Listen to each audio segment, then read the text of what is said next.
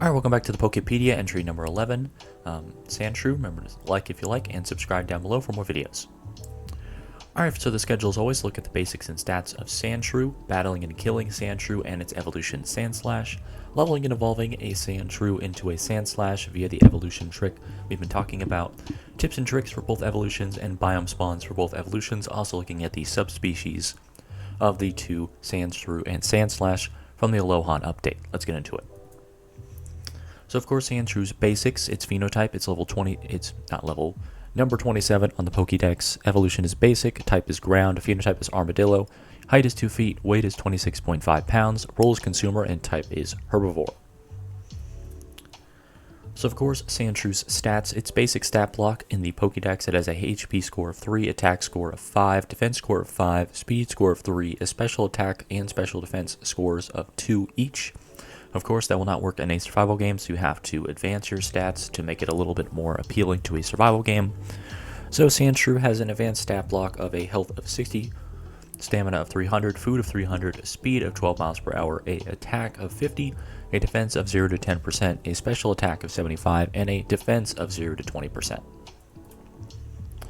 So of course, since it is a survival game, if you do kill a Sandshrew in the wild, it will give one of the 3 following loot drops. It'll drop 1 to 2 pieces of sand, 1 stone, and 1 claw fragment. Claw fragments can be used to make armor.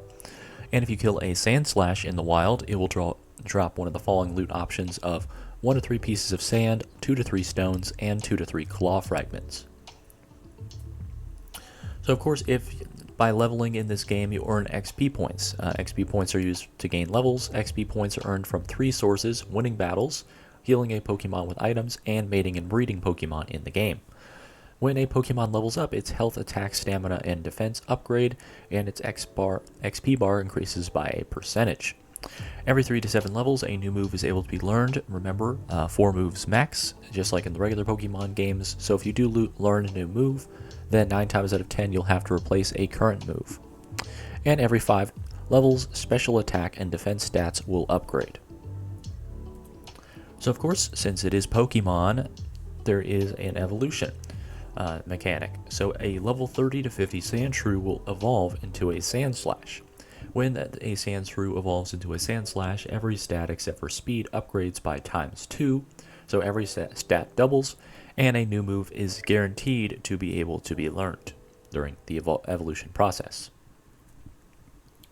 So of course, tips and tricks for both evolutions. Both Sandshrew and Sandslash have a passive called Sand Veil, immunity to taking damage from a sandstorm. Its evasive is also boosted by 20 to 30% during a battle in a sandstorm. So it is actually really good to fight Pokemon when there's a sandstorm, when you have a Sandshrew or Sandslash, because they gain bonuses during that sandstorm. This is also followed by burrows. So if you're trying to kill, tame, battle a Sandshrew, just remember, Sandshrews will burrow into the ground to flee or escape you if you come too close.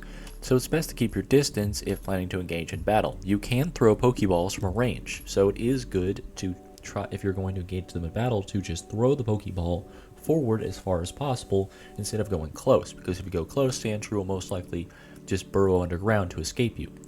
Or if you're trying to hunt them, it's best to use a net, because if you're trying to hunt them, they will flee from you unless they can take you on, which 9 times out of 10 they'll just flee anyway. So bring a net if you're trying to hunt them, because the net can be used multiple times and can keep them in place so your Pokemon can kill them. Alright, some tricks as well. Sand Rush, this is an ability for both Sandshrew and Sandslash. This doubles the speed of both Pokemon while in a sandstorm. So if combined with Sand Veil, as you can see over here, they have immunity from taking damage in a sandstorm, and their evasiveness is buffed during a sandstorm, and they also get double speed during a sandstorm. So that gives you 3 reasons why, if there's a sandstorm, you should take out your Sandshrew or Sandslash and just completely destroy the competition in the desert areas. Sandslash also has an extra ability called Drill Claws. Sandslash claws can dig through most obstacles, allowing you to mine through mountains quicker and create tunnels.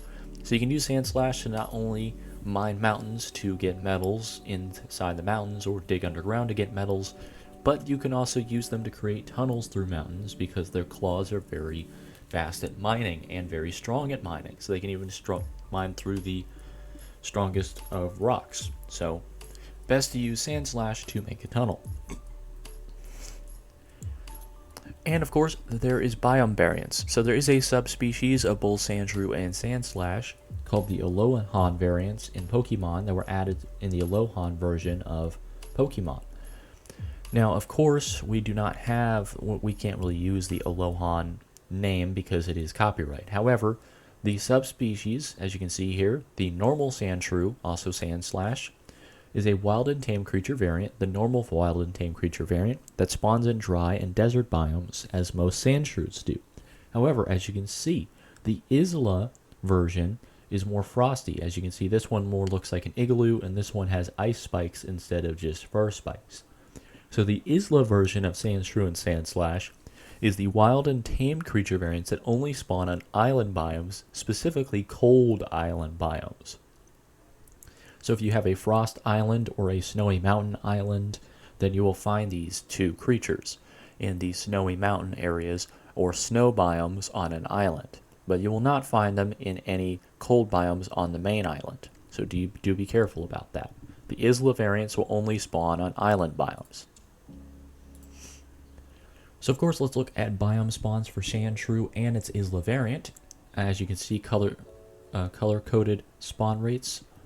On the left of blue, guaranteed to spawn, green, very likely to spawn, yellow, likely to spawn, orange, few to spawn, and red, rare to spawn. For Sandshrew, it is very likely to spawn in the desert biome and rare to spawn in the Badlands biome. Now, if you look down here, there's the Isla variant. The Isla variant, as you can see down there, is likely to spawn on a tundra island, and few will spawn in the island mountains. And rarely will the Isla variant also spawn in icy isles, which are basically just ice islands, and they're in the glacial area. So for normal Sandshrew, dry areas like the desert and Badlands, and the Isla variant, icy islands, and cold areas of islands.